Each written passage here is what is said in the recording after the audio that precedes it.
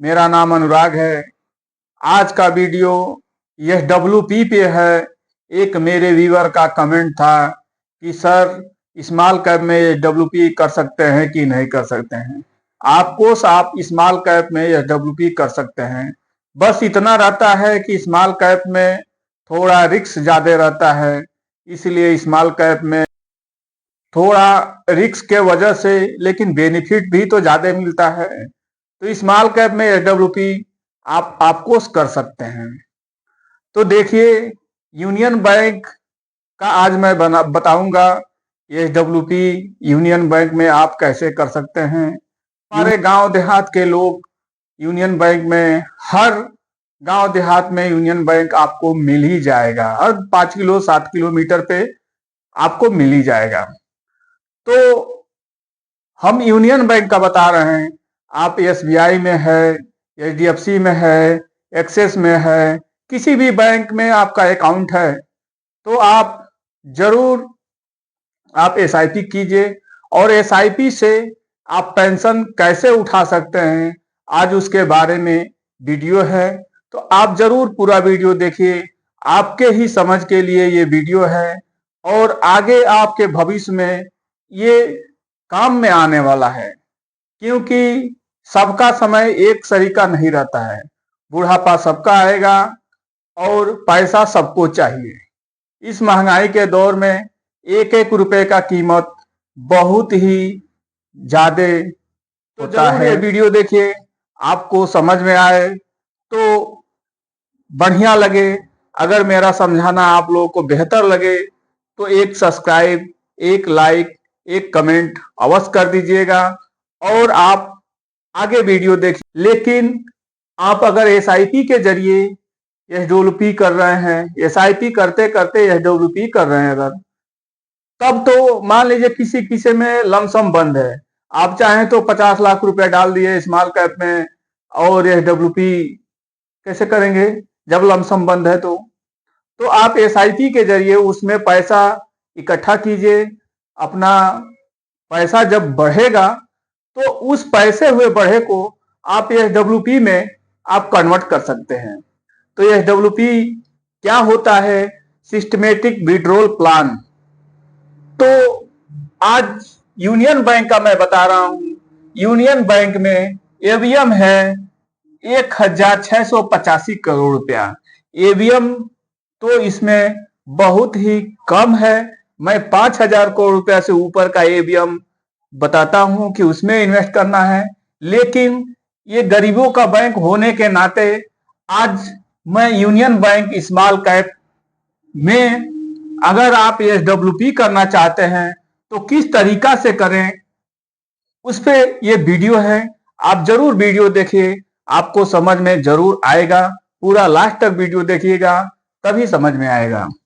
देखिए, 17/6/2014 से ये फंड चालू है, यानी 11 साल हो गया। ये 25 चल रहा है, 11 साल समथिंग, कुछ कम है, 11 साल हो गया। मैं 10 साल का इसका लिया हूं कि 10 साल से यूनियन स्मॉल कैप 5000 रुपया महीना अगर आप करते हैं, 166 रुपया डेली, 5000 रुपया महीना, 10 साल, 19.26% का ये रिटर्न दिया है।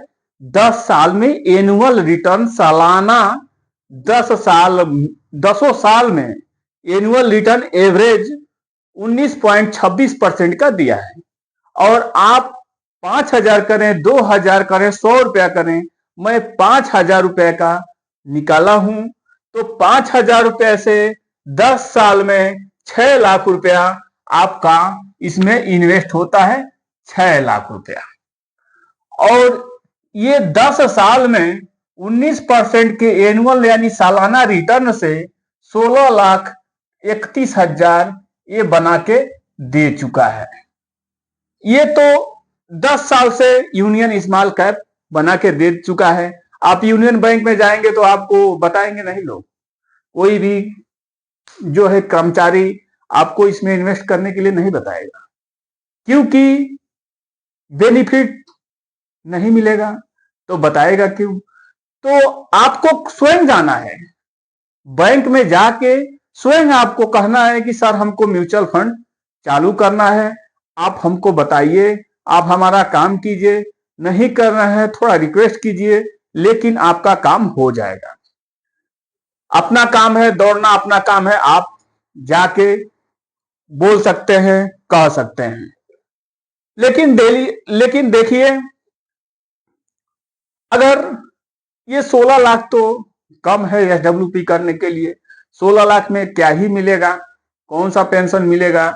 लेकिन अगर वही चीज 5,000 रुपये महीना 22 साल अगर कर देते हैं, 10 के जगह पे 22 साल यूनियन बैंक में, और यूनियन बैंक में ही नहीं, किसी भी बैंक में, मैं यूनियन बैंक का बता रहा हूं, आप किसी भी बैंक में, एसबीआई बैंक हो या एचडीएफसी बैंक हो या आईसीआईसीआई एक्सेस हो, कोई भी बैंक है, अदरवाइज जो भी आपका बैंक अकाउंट हो, जिस बैंक में आप 15% का एक्सपेक्टेड रिटर्न अगर माने हम, ये तो 19% का दिया है, लेकिन हो सकता है उस समय मार्केट का कुछ और सिचुएशन हो, तो ये अगर 15% का ही अगर रिटर्न माने तो 5,000 रुपया महीना 22 साल जो है कि 15% के रिटर्न से 13,20,000 ये पैसा आपका जाता है। 5,000 रुपये महीना 22 साल 15%, 22 साल में 13,20,000 पैसा इसमें जाता है।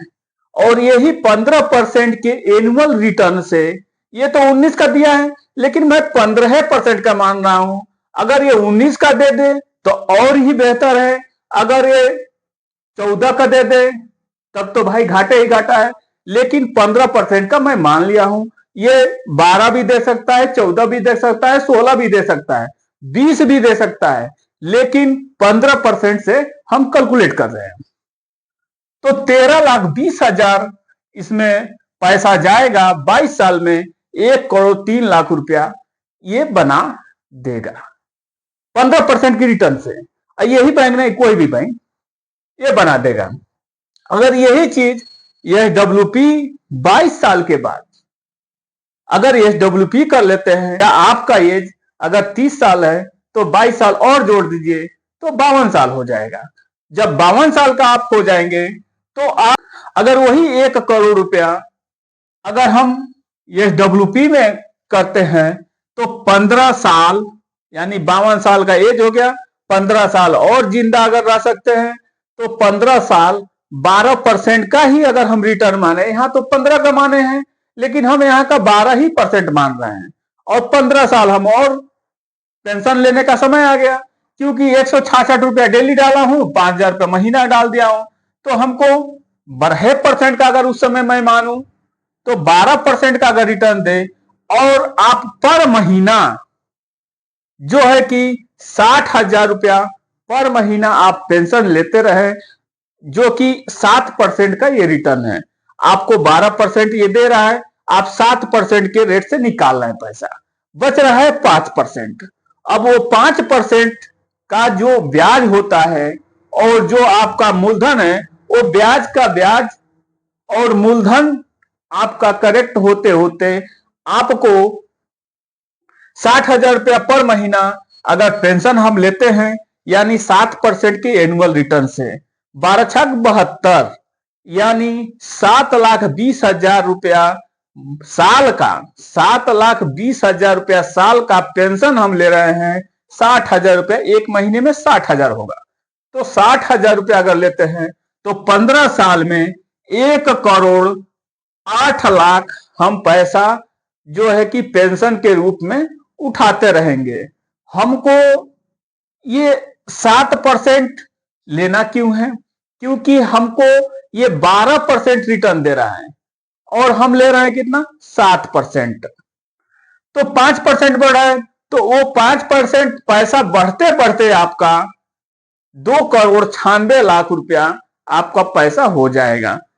वही 1,00,000 रुपया और जो इसमें से 5% आपका बच रहा है, उसका ब्याज 15 साल में जो है कि 2,96,83,000 आपका पैसा हो जाएगा, यानी बच जाएगा। और आपका जब बुढ़ापा आएगा, ये अपने बच्चों को दे के और अपना आराम से ऐश से आराम से जा सकते हैं। आपके बच्चे ये नहीं कहेंगे कि पापा कुछ किए नहीं है, पिताजी कुछ किए नहीं है या बाबूजी कुछ किए नहीं है। तो आप ये छोड़ के जा सकते हैं। और अगर ये आप 1 लाख रुपया अगर महीना लेने लगे तो ये आपको माइनस में भी जा सकता है, क्योंकि कभी मार्केट ऊपर रहता है, मार्केट किसी के हाथ में नहीं है। मार्केट कभी ऊपर रहेगा, कभी नीचे रहेगा, कभी 22% का रिटर्न देगा, कभी 8% का रिटर्न देगा, किसी साल में माइनस का रिटर्न देगा। इसीलिए ये 7% का रिटर्न लिया जाता है, जो हमको एफडी देता है या और कोई जो फंड देते हैं, सरकारी फंड वो देते हैं, उसी तरीका से 7% हमको, बल्कि 6% हमको एसडब्ल्यूपी में पेंशन लेना चाहिए। तो देखिए क्या होता है इसमें। मान लीजिए एक बड़ा टंकी है, ये बड़ा टंकी में आप पैसा आपका जा रहा है 12% के रिटर्न से।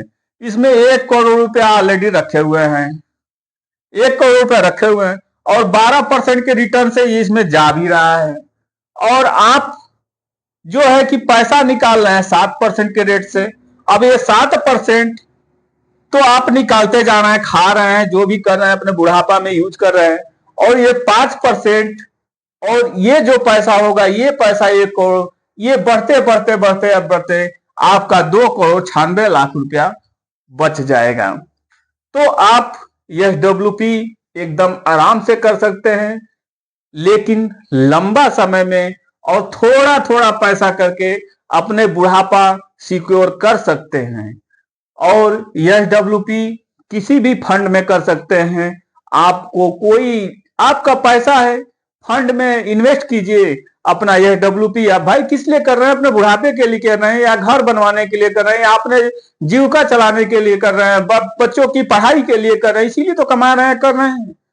तो आप इस तरीका से यह डब्ल्यूपी करके अपना पेंशन उठा सकते हैं। ये यूनियन बैंक ही नहीं, किसी भी बैंक में आप small cap, mid cap, large cap, अगर कम रिस्क लेना है तो मिड कैप में चले जाइए, अगर थोड़ा और कम रिस्क लेना है तो आप लार्ज कैप में चले जाइए। अदरवाइज बहुत सारे 5,000 6,000 फंड है, लेकिन सोच समझ के जिस भी फंड में आप इन्वेस्ट करें, सोच समझ के इन्वेस्ट करें और नॉलेज जरूर जुटा लें, क्योंकि पैसा बहुत ही कीमती है और सबसे कीमती तो समय है।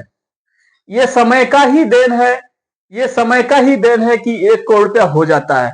कोई सोचे कि 13 लाख रुपया लगा के हम 1 करोड़ रुपया 10 साल 5 साल में उठा लें, नहीं उठा सकता है। अगर कोई सोचे कि 13 लाख रुपया एक ही बार लगा दिया, 1 करोड़ रुपया उठा ले 5 साल 10 साल में, नहीं उठा सकता है। समय देना पड़ेगा भाई। ये 13 लाख बहुत लोगों के पास होगा और 13 लाख डाल दिया, सोचा कि चलो 5 साल में निकाल लेंगे, 10 साल में निकाल लेंगे, 1 करोड़ रुपया तो होगा। तो लेकिन ऐसा नहीं हो सकता है। आप कम पैसा भले दीजिए, लेकिन समय, टाइम देना है। इसीलिए सब कुछ आदमी खरीद सकता है, ले सकता है, लेकिन टाइम नहीं ले सकता है। टाइम आपको वापस रिटर्न नहीं आएगा। जो टाइम खत्म हो जाएगा वो टाइम फिर रिटर्न नहीं आएगा। आप सोच समझ के जो भी काम कीजिए, सोच समझ के कीजिए। अगर पूरा वीडियो देखने के लिए बहुत बहुत धन्यवाद। अगर मेरा वीडियो आप लोगों को अच्छा लगा हो तो लाइक कीजिए, सब्सक्राइब कीजिए और कमेंट कीजिए। जय हिंद, जय भारत।